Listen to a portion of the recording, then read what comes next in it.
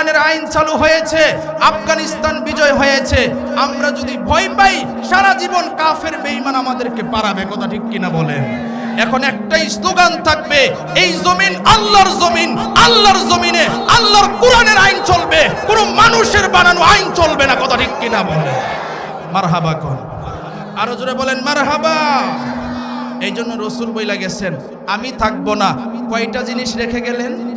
আরো জোরে বলেন কয়টা? মাশাআল্লাহ, যুব সমাজের উদ্যোগে মাহফিল, সমাজের মধ্যে যুবকরা আগে গানের আয়োজন করত, এখন আলহামদুলিল্লাহ যুবকরা এরকম ওয়াজ মাহফিলের আয়োজন করে, কথা ঠিক কিনা বলে? যুবকরা ইসলামের দিকে দাপিত হয়ে গেছে।